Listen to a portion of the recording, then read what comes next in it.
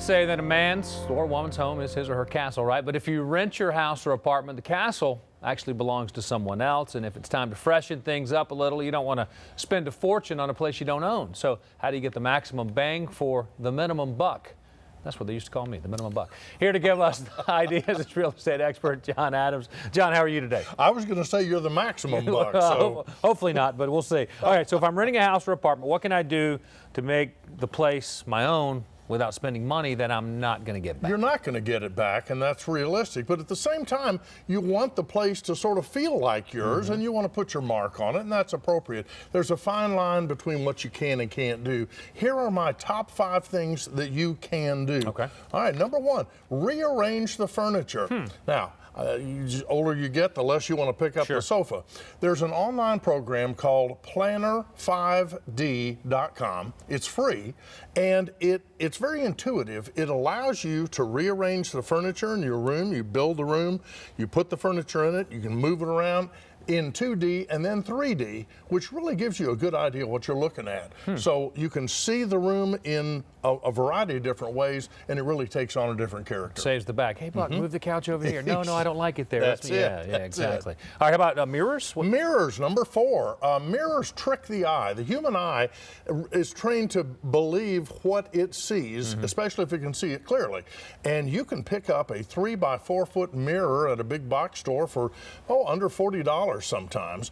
And it really will double the size of a room. So that's really, and the other thing is you can take that with you because it's hanging on the wall. Good point. So that's another way. You know, lighting can make a huge difference in a place. Lighting does, and if you've got dark corners or a dimly lit room, it can just be depressing to the soul.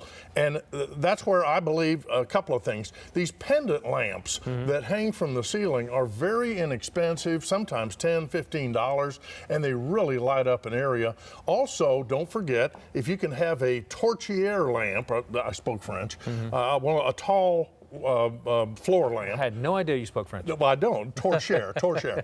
And but those project light up, and that gives a nice glow that makes the whole room feel better. Lighting is key. Yeah, okay. How about live plants? You know, I have killed more live plants than anybody I've ever met, and it's mostly from simple neglect. But I've found out there's some plants that really look nice, add interest, don't cost much, and you can't kill them.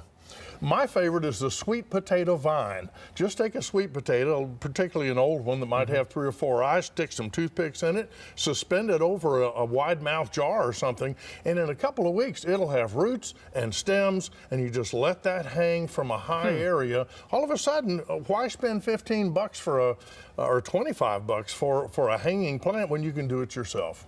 Interesting. Can't be killed. You never know what you might learn. And you can always eat the sweet potato. Well, not at that point, probably. All right, so, you know, the number one thing we hear all the time is the cheapest way to improve something is probably to put on a fresh coat of paint, because it can change the whole look. It really does. And what I love is that almost all the paint companies now have an online paint visualizer. And what that allows you to do is take a snapshot of the room, load it up to their website, and then pick the walls that you want, and you can try different paint. Literally, it's your room with different paint colors. Sherwin-Williams has a particularly good one, but I know almost all of them do. And it really allows you to see what the room's going to look like. One word of caution, I've done this, all computer monitors don't reproduce the same shades of color. So before you make a final decision, get a paint, put it on the wall, and say, yes, that's what we want. You know, if you're dying for a chartreuse bedroom, when the thing's over, the landlord may say, listen, this wasn't chartreuse when you moved in. No, your lease actually says that it's going to be in the same condition that it was, normal wear and tear accepted. So that means the same color, unless you get permission. And if you're selecting neutral colors, your landlord is very likely to say, sure, go ahead, why not? It gives them a free coat of paint. Just a word of caution, don't get in trouble with your landlord over this. It's not worth it. I don't even know what color chartreuse is, do you?